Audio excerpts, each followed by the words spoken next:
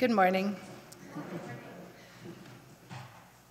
This morning we read a fairly famous parable, often called the parable of the prodigal or lost son. And in that story, we often focus a lot on the first part of the parable, the son who took all his father's wealth that was owed to him and left home. Some commentators, however, think the actual point of the parable would have been heard through the eyes of the second son, however. So today, I wanted to explore this story through his eyes, only because it's me telling the story, I'm maybe going to substitute the word son for child or something.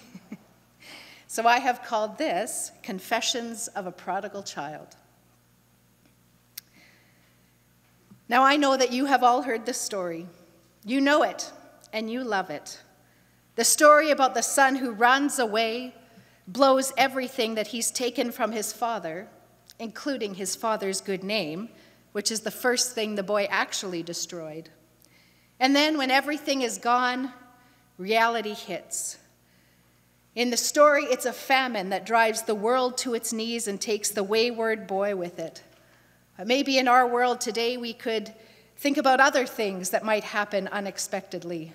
A worldwide pandemic, perhaps. After all, who can anticipate a pandemic or a famine? Now, what happened to that boy is not ultimately his fault, but the reason that he ends up in need is because he left home, the home where he belonged. And far away from his father, the world can now get at him in ways it was never used to and was never intended to. Suddenly, it makes sense why the boy ends up in the place where he does, taking literally the only job he can find, but it provides him with hardly anything at all, and he ends up so hungry, he longs to fill his belly with the pods that he is feeding the farm animals. If only he were at home, he thinks, then this would not be so bad. Even if things are difficult at home, at least there's enough food to go around. His father always made sure of that. Probably thinking more of his empty belly than he did reevaluating his bankrupt choices, he decides to come home. And what happens next is the stuff of legends. He gets a welcome he never anticipated.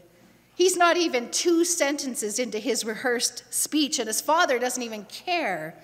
His father's already giving orders to get a feast ready and trying to figure out which robe will best complement his youngest son's eyes. The father doesn't care that one of his sons wasted everything he had, that he ruined the good name of the father had spent his life building, that the father was now a laughingstock in the eyes of his neighbors, and that he'd spent years searching the horizon for any sign of this kid who had disappeared, because none of that matters now that he is home again. Let the party begin. But this story, these confessions, they don't belong to that son. You all know that story. This story is about the prodigal who stayed. And my story starts when I heard the strains of music coming from the house, and I saw that the servants were rushing around in a haste, the kind of haste they only reserve for very special days. Only I have no idea what they're prepping for. Was there an important guest stopping by unexpectedly that threw our house into emergency hospitality mode? That's not unheard of, but it didn't happen all that often. And usually when it does, my father talks to me about it and lets me in on the surprise so that I can help out with the preparations too. Because that's the thing about me. I never left home. So I'm expected to do my share. My days at home were not spent living in luxury, being waited on hand and foot, and they were never intended to be. I have to keep the rules that my father keeps in his household, and one of his best-known rules is that everyone helps out. Everyone has a role to play. And the day that my brother left is seared in my memory because my father, always a dignified man, he sobbed like a baby. And I was the one who went to him and spoke to him gently. I was the one who dined with him as he sat there bereft and quiet and hardly talking at all. I heard him speaking in hushed tones to my mother and wondering where he could have gone wrong, and maybe if he'd said something that pushed my brother away. But I knew it wasn't my father's fault. And I told him that over and over again, and I told him in as many ways as I could. I showed him what a good father he was, not just by being a good child, but by being the best child that a father could ask for. I did what he asked. I followed the rules. I never challenged him. I praised him every chance I got. If Dad said it, it was law. I spent years earning his love. And it wasn't that my father never appreciated me. Of course he did. He wasn't like some fathers that I've heard of who never say to their kids that they love them. He told me all the time. And in some ways, I like to think anyway, he came to rely on me a little bit, to depend upon me, because I always said yes. I was very careful not to be like my younger brother. I was the perfect child. I never put a toe out of line. I earned straight A's in school. And you know, it's exhausting sometimes, being the one who does everything right. But that was me. I was the good child. I was the perfect one. I was the kid who stayed. And because I stayed, I also saw my father's heart for the one who left. And I knew why he got up at dawn and went to the gates of town and would search all over for any sign of my wayward brother. And I knew when he was out in the field working, but he got this faraway look in his eye, that he was thinking of my brother. And I knew the way he would discreetly ask travelers who visited our town or who stayed at our house if they'd ever run across a boy who matched his description. And I knew in his heart he never gave up hope that my brother would come home, even though I'd written my brother off years ago, practically the day he walked out the door. But I understood my father's longings for the child that left to be under his roof again. But it was even worse when all these rumors started flying around town. You see, people thought my father was weak, the way that he carried on after my brother. But my father was never disgraced by the actions of my brother. My father continued to have his desperate attempts to look for him. And people said he was nuts. They said no self-respecting father would ever act that way. But my father never changed. And then one day, I was just going about my chores, and I never failed to do my chores because I never let my father down. And I heard the strains of music. And I saw servants hurrying by, harried and excited, and I flagged one of them down and I asked what was going on. I was a little excited myself. Maybe there was someone important coming. Maybe a local celebrity wanted to stay shame my father. Who could it be? And so it was that I had to learn from the lips of a servant that it was indeed a local celebrity who had come. Only the local celebrity was my lazy, feckless little brother. Have you ever heard the expression, seeing red? It actually happens, you know. If you get angry enough, the color red flashes before your eyes, and that's what happened on that day. When I heard a servant, not my father, tell me that all this stuff that was happening was for my brother, I literally saw red. My brother, the one who had ruined the family name and taken a chunk of my father's wealth and didn't use it to help the family. No, he blew it all on himself. The person who'd broken my father's heart the day he left home. And my father was throwing the man a party. Did he never hear what people said about him? That he didn't behave in an honorable manner, that he was too soft, that he was a fool to spend so much time looking for and mooning after that scoundrel of a son of his. And honestly, sometimes I thought so too, but I never said it out of respect for my father. After all, I'm the kid who never left home. But that night, the night that I heard the evidence of a party, I asked myself what all of this that I had done all my life was for. Because this party wasn't to celebrate the faithfulness of someone who had given all the years of her life to help my father, someone who had always followed the rules and done everything asked, someone who even defended my father when others spoke badly about him. No, this party wasn't for me. And right in that moment, I thought, they never were. When was the last time my father did something for me other than ask me to take over another area of responsibility? When was the last time I got to just kick back and relax and have even a little get-together with my friends from the town? Now, my father was wealthy, so the sting of the famine was a little bit slower to get to us. But the truth is, things like that, they touch everybody. And someone with a soft heart like my father, he gives and he gives.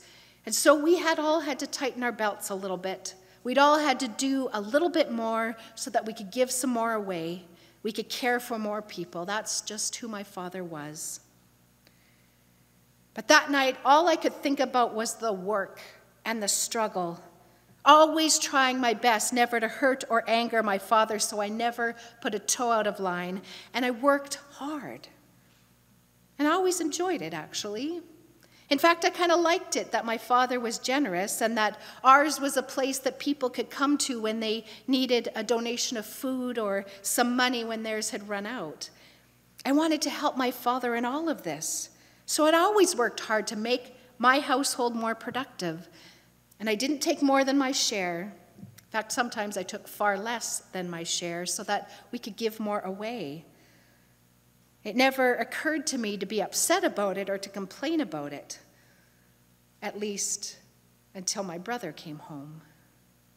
And then it felt like all that stuff that I'd heard all my life about saving up so that we could help others or living simply or spending carefully, all that went out the window when my father threw a party and ordered a feast the likes of which we'd not seen in a long while.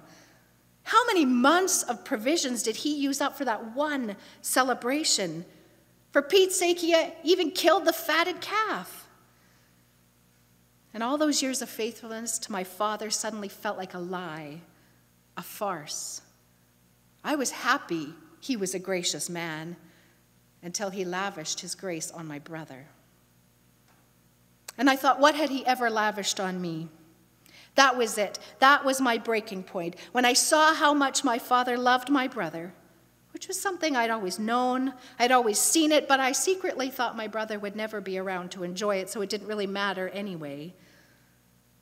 And I wondered, does my father even love me at all? And so I refused to go inside. I refused to join the celebration. I refused to join the party. For the first time in my life, I defied my father. I denied his request to come in, to drink a toast, to eat that lovely food. Excuse me. I couldn't eat it if I had to eat it in the same room as him. I couldn't raise my glass to someone who caused the scandal that had marked my family. I couldn't go in to eat if it meant I had to acknowledge my brother. But this train of thought was broken when I heard the sound of someone approaching me. I was kind of startled, actually, but it was my father. And when I saw him, I was overwhelmed. I was both exceedingly angry that it had taken him so long to come talk to me, and I was also filled with joy at seeing him. I always longed to be near him. I always had. But that night, the anger won out. He had to hear what a fool he was. He had to know that you can't encourage people to act the way my brother had. Otherwise, why would anybody do the right thing if you can always come home and be accepted back, no questions asked?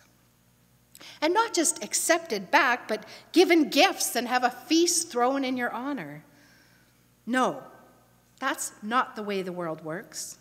You earn everything you get, and if you blow it, too bad.